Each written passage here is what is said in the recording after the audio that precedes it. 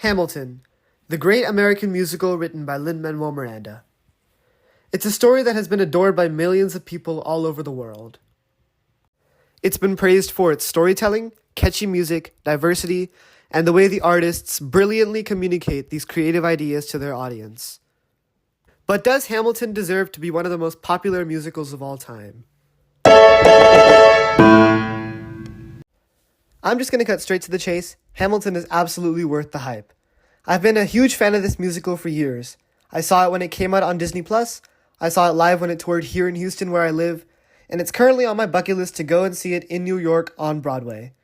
I think the musical is absolutely genius, and I find that a lot of that is due to Lin-Manuel Miranda. 2008, Lin-Manuel Miranda is on vacation with his family, where he decides to pick up Ron Chernow's biography of Hamilton. He says, quote, "When I picked up Ron Chernow's biography, I was at a resort in Mexico on my first vacation from In the Heights, which I had been working 7 years to bring to Broadway. The moment my brain got a moment's rest, Hamilton walked into it." And I'm so glad it did. Hamilton came on Broadway in 2015 and was an instant success, winning 11 Tonys, a Grammy, and many other awards. If you're somehow unfamiliar with Hamilton, it tells the story of founding father Alexander Hamilton, officially starting from when he arrives in New York City at the age of 19 to his death at the age of 47. I say officially because the first song, fittingly titled Alexander Hamilton, provides a brief background of Hamilton's childhood before the musical officially begins. The audience gets to see his ambitions and goals at the very beginning, which only grow as the show goes on. Since the first act of the show takes place during the Revolutionary War, we get to meet other fellow soldiers and General George Washington himself. We see Hamilton find love and get his big chance to do great things, as well as fight in the Battle of Yorktown, which finally ends the Revolutionary War. Unfortunately, we see that all of these things aren't enough to satisfy him, and the first act ends with him choosing to take on a position as treasurer. In the second act, we continue to see his obsession with his legacy, and how he tries so hard to paint himself as the good guy. We meet a few of his rivals and eventually see his downfall in the political world. In this act, he deals with stress, grief, loss, and in the end, coming to terms with himself. His death is very emotional, as Aaron Burr, another character we've been following very closely the entire show, is the one that ends up killing him. The two face each other in a duel, and when Aaron Burr shoots his pistol at Alexander Hamilton, Hamilton decides to aim his at the sky, resulting in his death. This story is very strong, because it focuses on not just Hamilton's journey, but on all of the other characters around him, and how they influenced and impacted his life. Since they are what drive the story, I guess I'm gonna need a whole new chapter just for... First, I want to talk about Aaron Burr, because I think he's one of the most complex characters in the musical. He's kind of the narrator of the musical, because he's usually the one to describe what's happening at specific parts of the story. He gets arguably the best song in the musical, Wait For It, which introduces the idea that he doesn't want to stand for or believe in any given idea, something Alexander Hamilton often addresses. If you stand for nothing, Burr, what'll you fall for? In the second act, he talks about wanting to be in the room where it happens, where he believes all important decisions are made, which creates a desire for him to become president. And he gets so close, running in the election of 1800 but ultimately losing, because Hamilton refuses to support his campaign, as Burr's beliefs, or therefore lack of beliefs, comes back to bite him in the end. This creates a bitter resentment towards Hamilton, and causes Burr to challenge him to a duel, and we know how that ends. I find Burr so interesting because he's not the villain of the story. He's a talented man who had ambitions and goals, but failed where Hamilton succeeded. Killing Hamilton is something he regretted for the rest of his life, as Hamilton got to be known as a hero and a founding father, while he was painted as the villain who shot him. Now I want to talk about the Schuyler sisters. When we meet the oldest sister, Angelica, we see that she's a very smart, educated person who wants equality for women. At the same time, we meet Eliza, the second sister, who is shown to be a very supporting, loving, and emotionally mature character. The third sister, Peggy, is hardly in the show and dies off screen, so no one cares about her. I'm seriously so tired of Peggy fans. Guys, she literally has like 10 lines. Eliza Schuyler and Alexander Hamilton meet and fall in love in the song Helpless and end up getting married. Right after that, Angelica gets an amazing song called Satisfied, where we find out that she's actually in love with Hamilton, but she'll have to live with the regret that she passed on him when she had the chance, and she has to be happy for her sister. Angelica and Eliza constantly try to keep Alexander grounded while he keeps wanting more and more, but it doesn't work. In saying no to this, hey, is that Peggy? Hamilton ends up cheating on Eliza with a woman named Mariah Reynolds. When the whole world finds out about this affair, Eliza is angry and heartbroken, burning all the letters Hamilton wrote her in an attempt to erase herself from his story. But after they lose their son in a duel, she ends up forgiving him. Forgiving him after what he did is a move I wouldn't normally support, but I'm just so glad Eliza and Alexander got their happy ending. Eliza is the true hero of the story, as after Hamilton's death, she does all she can to keep his story alive. Oh, and she opens up the first private orphanage in New York City. That's cool. Another important character in the show is George Washington. He serves as Hamilton's mentor figure and the one that finally gives Hamilton his big chance. At first, we see him the way Alexander Hamilton sees him, a mysterious, rough hero. The lessons he teaches Hamilton are entirely based on his own experiences that he doesn't want Hamilton to repeat. While we see Alexander Hamilton climb the ranks to become an important congressman, we also see George Washington rise to power, going from a general to the president of the US. Seeing his character, who is wise, tough, and honest, get the position he deserves gets even better when he chooses to step down as president and retire. It tugs on the audience's heartstrings to see him go, but he gains the respect of every single person in that audience by doing what he knows is best.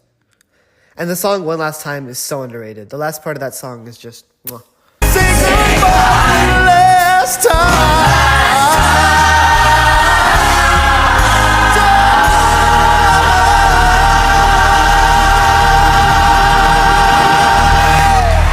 The last characters I really want to discuss are Thomas Jefferson and James Madison. They join the show in the second act, and they just make the show complete, especially Jefferson.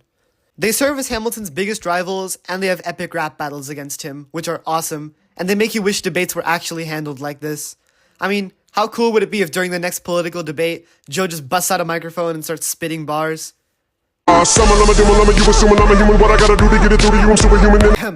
Anyway, Jefferson is one of the best characters because he adds a great comic relief to the show, provides Hamilton and some other characters with some real moral dilemmas, and is all around just so entertaining with his chaotic personality and sarcastic lines. Nothing without Washington behind you. Hamilton. Daddy's calling. It's actually really interesting to make him the guy we're rooting against, because first, in American schools, he's the guy you learn way more about, not Hamilton, so general audiences are more familiar with him. And second, he's so fun and charming that even though you love him, you still want to see Hamilton come out on top. Jefferson, James Madison, and Burr cause Hamilton to lose his chance at being president, and Jefferson ends up being the one to run against Burr.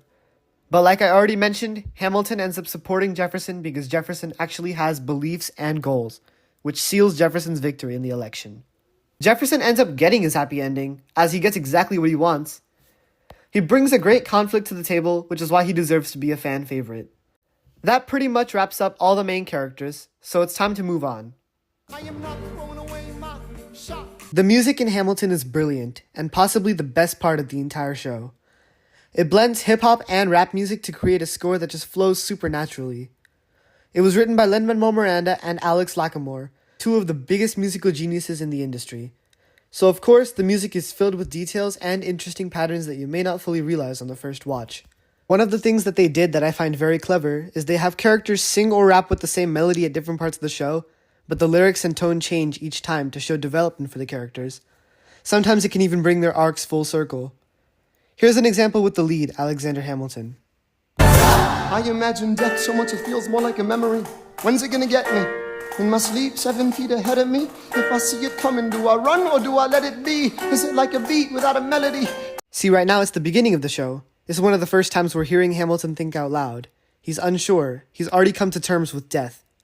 Then here, during the Battle of Yorktown, we hear it again. I imagine death so much it feels more like a memory. This is where it gets me. On my feet, the enemy ahead of me. If this is the end of me, at least I have a friend with me. Weapon with my hands, a command, and my men with me. Now he's a lot more confident. He's ready to fight for his country. Then, in his last monologue of the show, we hear him repeat this one last time. I imagine death so much it feels more like a memory. Is this where it gets me? On my feet, several feet ahead of me. I see it coming. Do I run or fire my gun or let it be? Now he's reverted back to coming in terms with death. After going the whole show with a need to stay alive, he's back to where he began. Here's another example. In the song My Shot, Hamilton says, I'ma get a scholarship to King's College. I probably shouldn't brag, but dad, I amaze and astonish. Only 19, but my mind is older. These New York City streets get cold. I shoulder. Fast forward to almost 2 hours through the musical, Hamilton has a son of his own, and guess what his son Philip says when we see him as an adult for the first time? Meet the latest graduate at King's College. I probably shouldn't brag, but dag, I amaze and astonish. I'm only 19, but my mind is older. Gotta be my own man, like my father, but bolder. It's pretty self-explanatory. Philip wants to be even better than his dad, but the melody they share shows that they're not so different after all. In fact, it portrays how Philip isn't actually his own man like he wants to be, since he's still using the same melody his father used so many years ago. Also, I know I'm gonna get yelled at if I don't talk about King George III, so I'll mention him here. He gets 3 songs, You'll Be Back, What Comes Next, and I Know Him. All 3 of them have pretty much the exact same melody, but they all have different lyrics because he's responding to something different each time. His purpose is to judge and poke fun at what America wants and does in the show. In his first appearance, he appears baffled that America would want to fight him. In the second song, he's confused about what the next step America takes will be now that he's no longer allowed to help them. Then, in his last song, he sings about how strange America's choices are because Washington chose to step down instead of ruling for life. All 3 songs are really catchy and fun, but they're also cool because of how each of them bounce off of each other so nicely. Lastly, just to bring home my point about how genius the writing of these lyrics is, here are a few examples of some fun rhymes in the show. In the song Farmer Refuted, Hamilton faces off against Samuel Seabury, who starts the song with this line. Heed not the rabble who scream revolution. They have not your interest at heart. Oh my God, tear this dude apart. This line repeats in the second stanza, and this time Hamilton talks above him. Yeah, he'd have you all unravel at the sound of screams. But the revolution is coming. The have-nots are gonna win this. Let's all to listen to you with a straight face. My Shot has a lot of cool rhymes in it. Here's one of them. Past patiently waiting and passionately smashing every expectation, every action's an act of creation. I'm laughing in the face of casualties of sorrow. For the first time I'm thinking past tomorrow. Here's just one more. We hold these truths to be self-evident, that all men are created equal. And when I meet Thomas Jefferson, I will compel him to include women in the sequel. This is the last one, I swear. I'm in the cabinet, I am complicit in watching him grabbing at power and kissing it. Washington isn't gonna listen to disciplined dissidents. This is the difference, this kid is out! So if you couldn't tell by now, I really like this musical. It's one of the best shows I've seen that can balance lighthearted, serious, and mature moments, all with a story that's told entirely through song. Not only is it super entertaining, but it also has a lot of great messages, using motifs such as, I'm not throwing away my shot, history has its eyes on you, and I am the one thing in life I can control. So if you've seen Hamilton, let me know what you thought of it. If you haven't, I'm surprised you made it through the video since you got a bunch of spoilers, but you should still definitely check it out. I hope you enjoyed hearing a teen talk about musicals. Thanks for watching.